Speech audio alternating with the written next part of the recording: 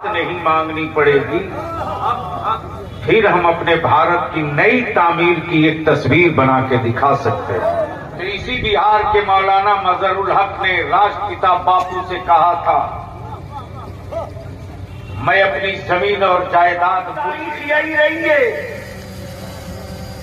कि जब जब वतन अजीज पर किसी विदेशी ने नजर गाड़ने की कोशिश की। अभी नहीं, थोड़ी देर रोक लीजिए प्लीज। नहीं, अभी कुछ नहीं, अब आप लोग भी सुन लो, आप लोग भी बैठो बाबू।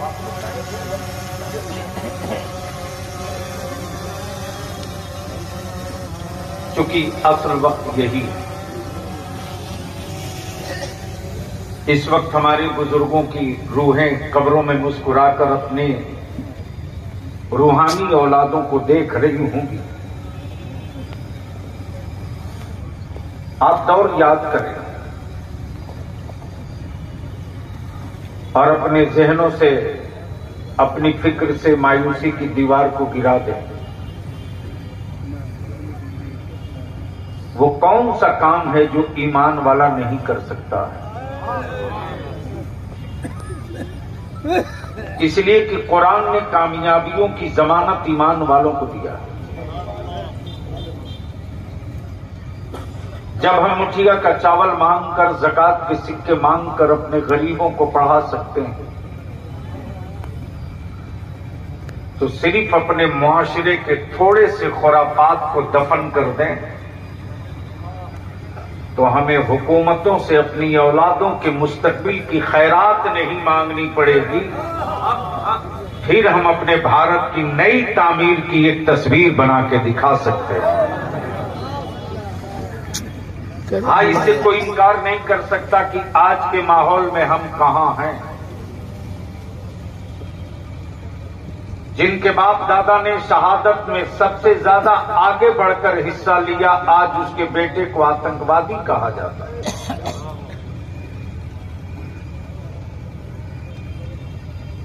कल मैं रास्ते में था, अचानक मुझको फोन आया कर्नाटका से कि फिर एक ज़ईफुल उम्र की मॉब लिंचिंग हो गई।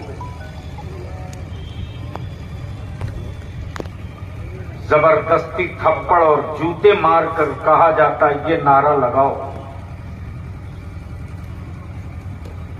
मैं कहता हूं हिंदुस्तान है हिंदुस्तान। पार्ट टाइम सत्ता के बिजनेस करने वाले मेरे देश की जनता को चंद घंटे, चंद मिनट, चंद साल के लिए गुमराह कर सकते हैं, लेकिन भारत की मिट्टी में जो हिंदू मुस्लिम एकता में, विभिन्नता में एकता, अनेकता में एकता की जो खुशबू है, उसको किसी विदेशी मुल्क का केमिकल नहीं जला सकता। और ये तारीख है, बदलाव का हर सूरज बिहार से निकला है। और मैं इकराम की तवज्जो चाहूं, बदलाव का हर सूरज बिहार से निकला है, इसलिए कि बिहार का दिल भी बड़ा है, बिहार की मिट्टी में भी प्यार और मोहब्बत है। जब भारत की आजादी की जंग लड़ने वाले कमजोर पड़ रहे थे, तो इसी बिहार के मौलाना मजहरुल हक ने राष्ट्रपिता बापू से कहा था, मैं अपनी जमीन और जायदाद मुल्क की आजादी के लिए नजर कर रहा हूं, ले लो। आज भी किसी राजनीतिक और सियासी पार्टी का कार्यालय उन्हीं की जमीन पर है, पटना में, जिसका नाम सदाकत आश्रम है,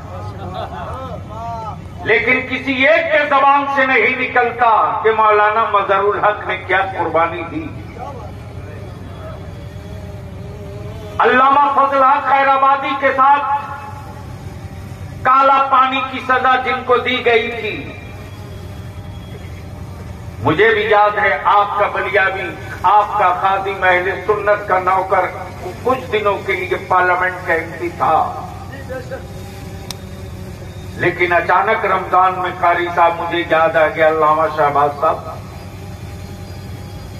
कि हमें ढूंढना चाहिए कि मेरे उस अजीम मोहसिन की कब्र कहां है। मालूम हुआ कि काला पानी तो किताबों में पढ़ा था, चलकर देखे उनकी कब्रों का निशान बचा है कि नहीं। जब मैं पहुंचा और सलेवर जेल की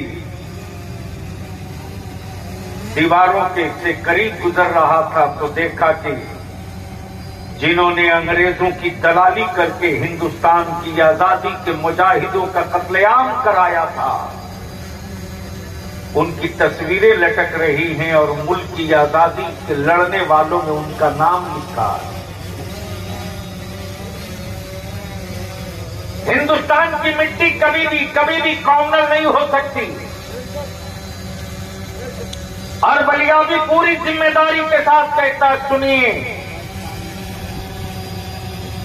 खास तौर से मेरी कौम मुसलमानों के नौजवानों, बच्चों, बुजुर्गों, सुनो,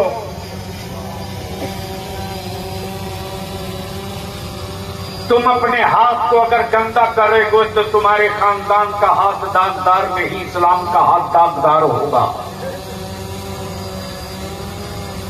ईमान वालों, तुम्हारी पहचान जिससे है वो हम नहीं है। ईमान वालों, तुम्हारी जिससे पहचान है वो तुम्हारा खानदान नहीं है। ईमान वालों की पहचान तो गुंबदे खजरा से है। ईमान वालों की पहचान तो नबी के रहमत से है। इसलिए मेरे अजीज,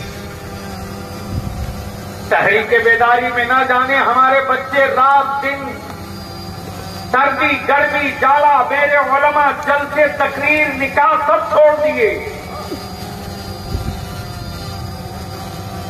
कि हमें अपनी नस्लों के मुस्तकबिल का कोई फैसला लेना है।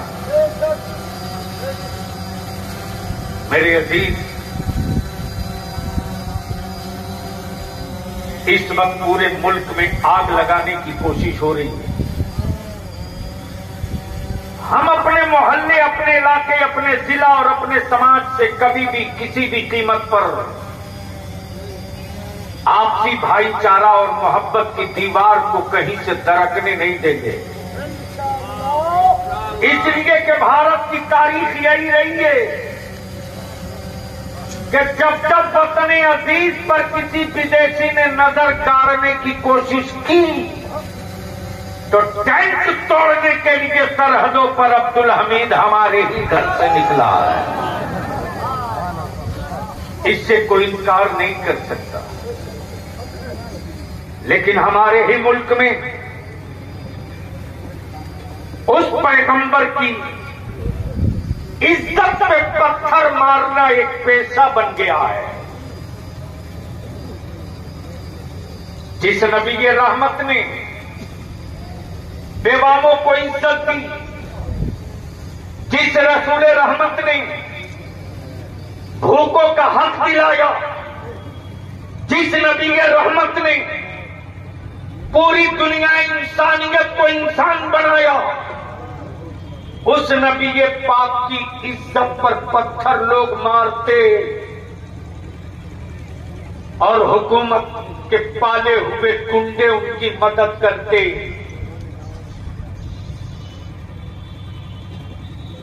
हमारे बच्चे अगर सड़कों पर निकल कर कहते हैं कि उसने मेरे रसूल की तौहीद किया है, उसको जेल में डालो, हमारे बच्चों के सीने पर AK-47 उतार दी जाती। हमारे बच्चों की लाशें सड़कों पर तड़पती रही। अब तो ट्रेनों में टोपी दाढ़ी रखकर चलना भी जुर्म होते जा रहा। मैं तो इंसान कहलाने वाले अमन पसंद हिंदुस्तानियों के जमीर की आवाज सुनने खड़ा हूं। इसी मध्य प्रदेश में एक आदिवासी के बेटे के मुंह पर कोई बदतमीज मुल्क का दुश्मन पेशाब कर दे तो पूरे भारत खड़ा हो जाता है लेकिन रोज मेरे बच्चों की मॉब लिंचिंग होती, कोई एक आदमी खड़ा नहीं होता।